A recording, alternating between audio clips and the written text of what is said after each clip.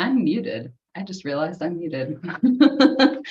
All right, so I'm going to give people 1 or 2 more minutes to join, because I know there's a couple more people hopping on. So if you want to put your introductions in the chat, then we'll go ahead and get started in a minute here.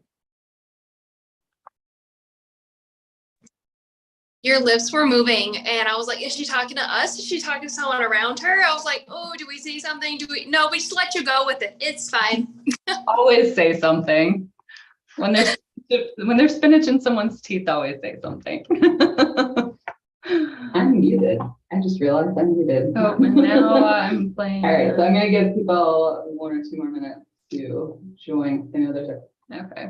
Now I'm double streaming. There we go.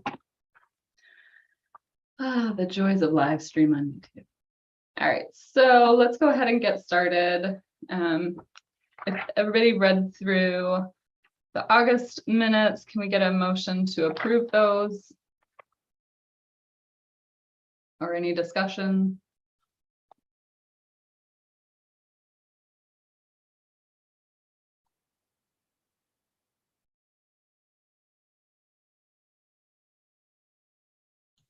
I'd move to approve. Any discussion? Minutes look okay? Second? Yes, second. And vote? Anybody? So I guess our voting members present would be Lindsay, Stephanie, Michael, you're still voting member. We'll go through some of that discussion as well in a minute. So the minutes are approved. All right. So in terms of updates on my end, grants, everything is rolling along, and we were officially awarded the SAMHSA grant, which was through the community project funding.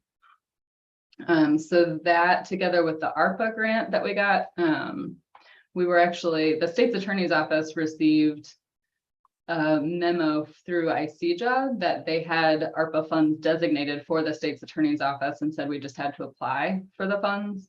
Nobody else in the state's attorney's office wanted to apply, so I did, because we need space.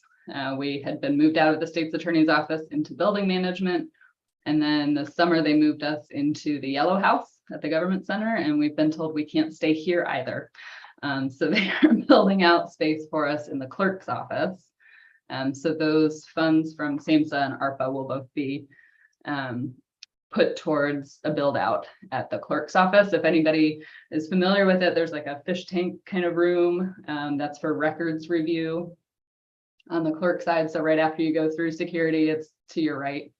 And that's where we will be probably next spring at some point.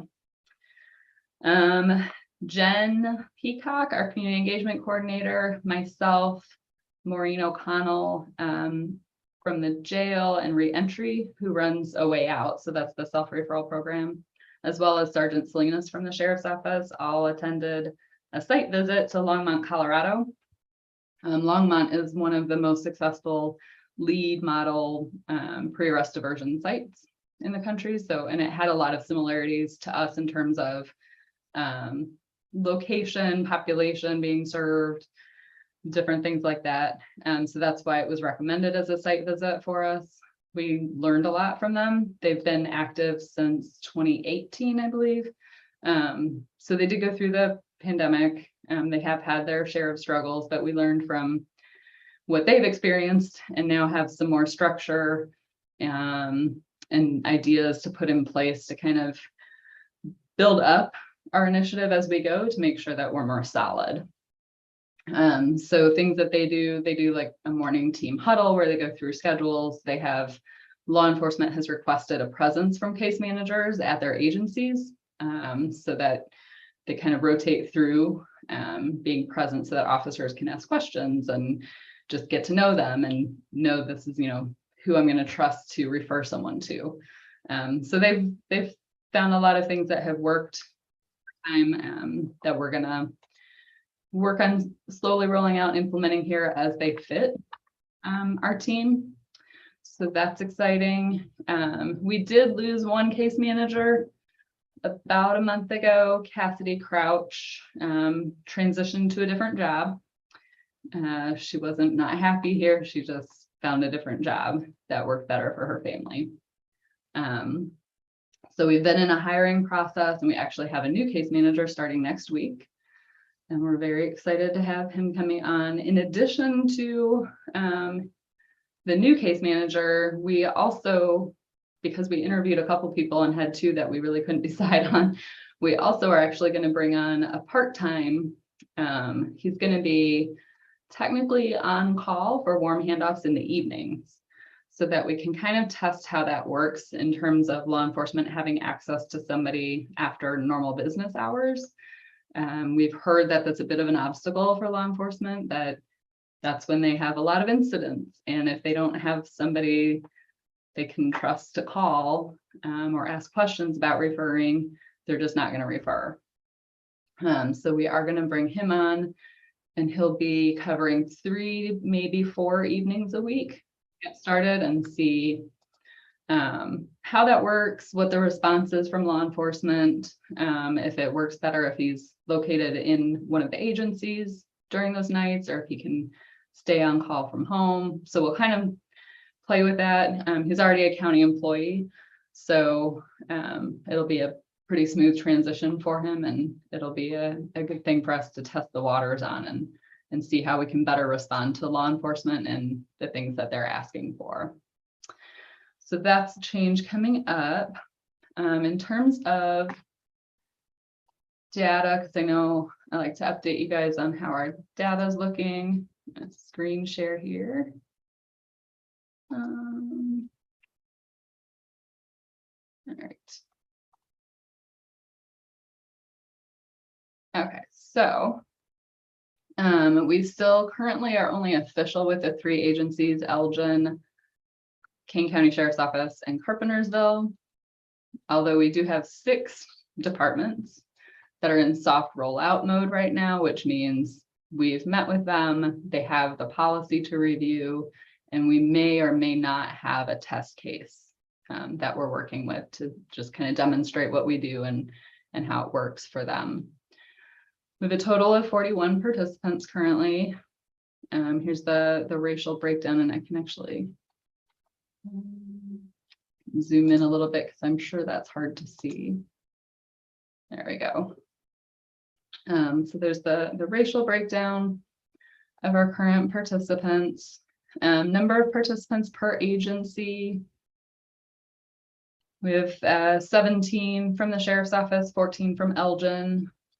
I know I think we're looking at archiving or deactivating a couple right now. So these numbers are going to shift a little bit coming up soon.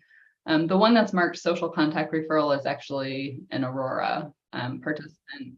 We're working on different designations for how they're referred to us. And actually, I can roll down to the next one, which shows per agency how they've been referred. So you can see from this that the vast majority of our referrals are still the social contact referral, which means the individual is not in an arrest situation when they're referred, but it's somebody that law enforcement or one of our other partners knows has had frequent contact with the criminal justice system and would benefit from help. What we've found actually is across the country, that's the most common type of referral still. So I'm not, we're not concerned about that. We would love to see referrals coming in as pre-arrest referrals. So actually in that moment of potential arrest being referred. But we know from looking at data across the country that that's not what's happening really anywhere. So I think we're okay with how this is looking right now. Any questions on the data or any other data points people are curious about?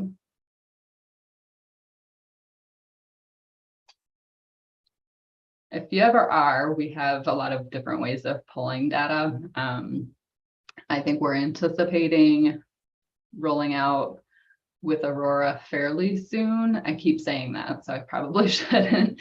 But I think our numbers will probably start picking up more. We do have funds available in one of our grants to hire 2 more case managers if we do see a large uptick in participants. There's some talk about potential for increased participant numbers with the Pretrial Fairness Act rolling out as well, that there would be more individuals referred to us. So that's our data update. Thank you all for voting on the transportation policy. We are still working with the civil division on ensuring that the county's insurance is okay with our policy, and making sure that the policy and our release of liability is solid, and that we can go ahead and start doing that. But I know the case managers have been very anxious to be able to provide transportation. I think maybe especially since colder weather is coming up, and getting people where they need to be is increasingly an issue. Let's see. So one of the biggest issues that we could use any and all of your help with is something that we've come up against with regards to funds that we have from grants that were designated to be like flexible spending funds for use to help participants. So either to buy them a sandwich and a drink while they're meeting with their case manager, to buy them a warm pair of socks, anything like that. We actually have a significant amount of funds from our grants that are designated for that. However, because of statutory limitations, as state's attorneys, employees were not allowed to expend funds in that way. We also learned yesterday we're not even allowed to take in donations and disperse donations. So we're kind of up against a wall with that. There have been a few conversations when we had the lead bureau here in July. We spoke with a meeting room full of legislators and their assistants about the need for some policy changes through legislation. So there's some hope that maybe that would be a path, although that could take a lot of time. There have been recommendations that we form a 501c3. That would be one option. Even with the forming of a 501c3, I think there's still an issue of us being state's attorneys' employees passing along donations. So 501c3 could exist, but if it gives the donations to a case manager who then gives them to a participant, that's still the state's attorney's office passing along donations. So if anybody has any ideas, we really are trying to solve this problem. It's been an issue we've known about since January, or maybe it was a little after that. But it's become a real obstacle to providing the kind of case management we want to provide. And our wonderful intern had set up a whole plan to fill a care closet with donations because we thought that was our fix for the problem, and now we can't do that. So if anybody has ideas, we are open to suggestions. I'll leave that there. Any questions? Yes. Can I ask, so does it mean that you have to reallocate those funds in your budget, or? So if we don't find, well, even if we find a solution, we would have to do a budget award modification or grant award modification and request to subgrant the funds to where they could be used for that purpose. One of the conversations we've had is about the potential to move case management under the health department. If that were the case, we would move those funds under the health department, and I would hope that wouldn't be a statutory limitation at the health department. So that is another solution that we are currently discussing at some level, and I know it's kind of come and gone, and other things need to be addressed, but yeah, so that would require some modification to the grant. I think any solution that we secure other than a legislative solution. If the state's attorney's office were now statutorily allowed to expend funds that way, then we wouldn't have to. Okay. Yeah. It's a real frustration.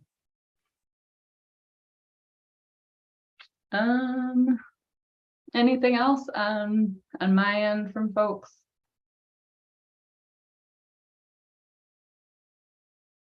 All right.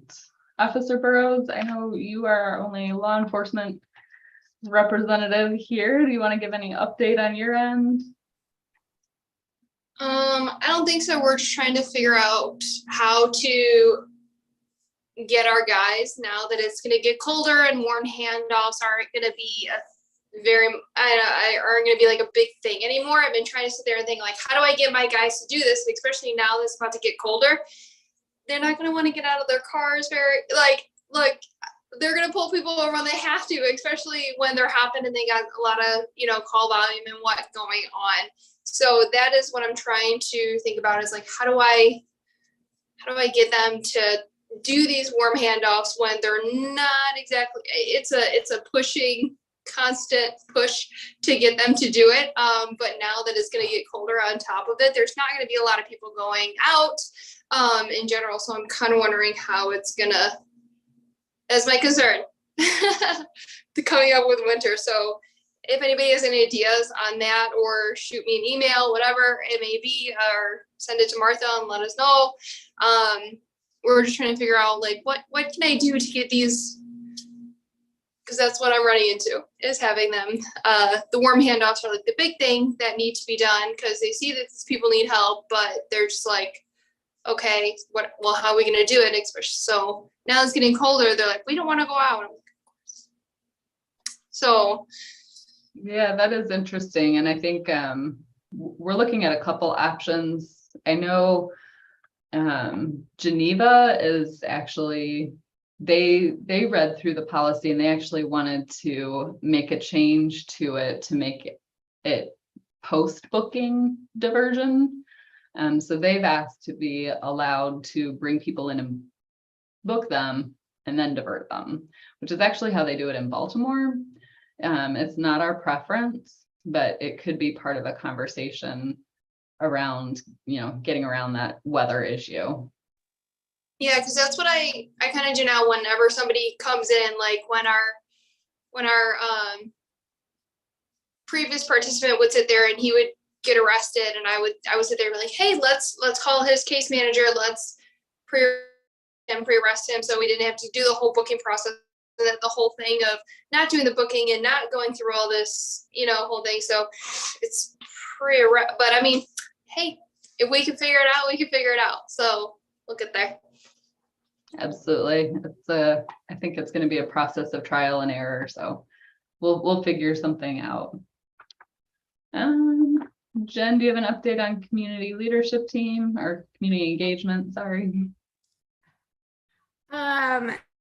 Not right now. The focus was Colorado.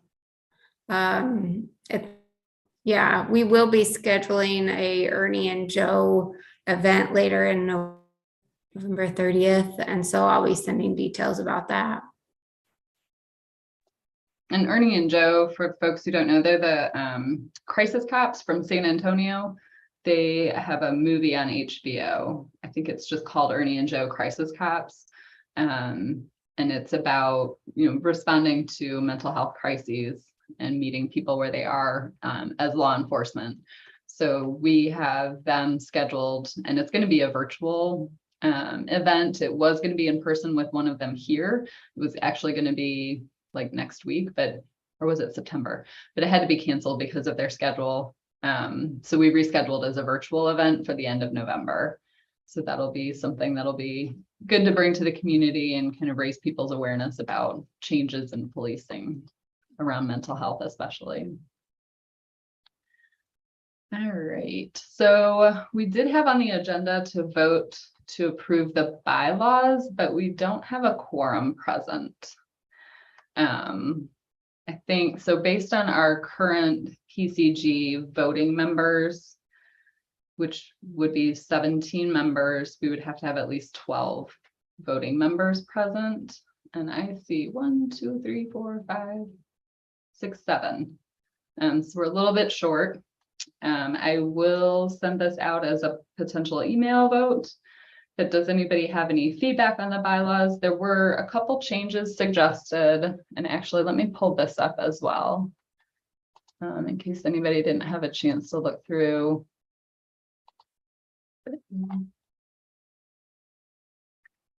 So the recommended changes were to indicate that the Public Defender's Office and the State's Attorney's Office would serve as non-voting advisory members.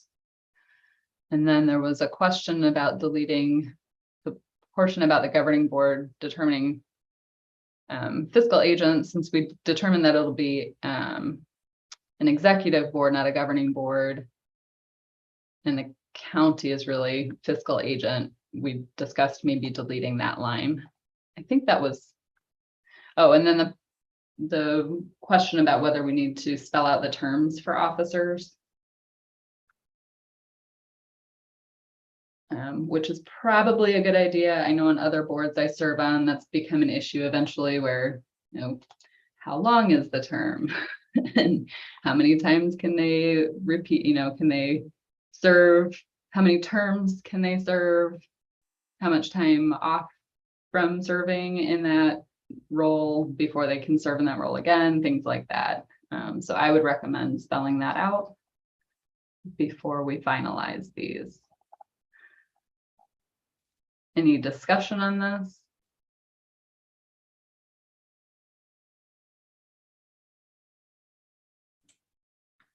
I would agree to spell that out too. Okay. Yeah, I think that needs to be in there. Okay. I will, I'll send that out and I'll ask for recommendations for the verbiage for that before we put it out for a vote, if that sounds good to everybody. Okay. And then we were going to vote on leadership roles, but again, we don't have a quorum and we probably don't want to do that until we actually vote on the bylaws. So we will wait on that. So it might be a short meeting today, guys. Any further questions, comments, concerns? I have a quick question. Absolutely. AID met with North Aurora PD regarding mobile crisis response for call outs for individuals in crisis. And they are confused because they met with you guys, I don't know when. So now they don't know who they're supposed to call out because they're under the impression that you guys will go out 24/7 to any individual in crisis. So I don't know if we want to have a meeting with you guys, us, and North Aurora just to kind of get all the roles in order so there is no confusion, because they were asking us what to do and obviously we weren't at the meeting with you guys. So just want to throw that out there that there's confusion now on their part. Understandable. I think that was bound to happen, and I think that's going to happen everywhere. So let's do that. Let's set up a meeting with all of us. I know they told us that they wanted to hold off on officially rolling out with us until January. Is that right, Jen? Yeah. So, I mean, anytime we can get a meeting in with them to clarify roles, we are not 24/7 response. We're not crisis response. So yes, we would be happy to be a part of that meeting. Perfect. I will have my director for the crisis program send out an email to you guys and North Aurora to get that set up.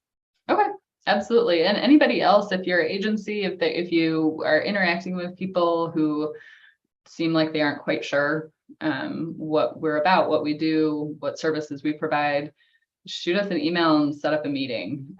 We have found that it takes repeated exposure for folks to really kind of understand what we do, because it is very different, but it also in some ways overlaps with others' work.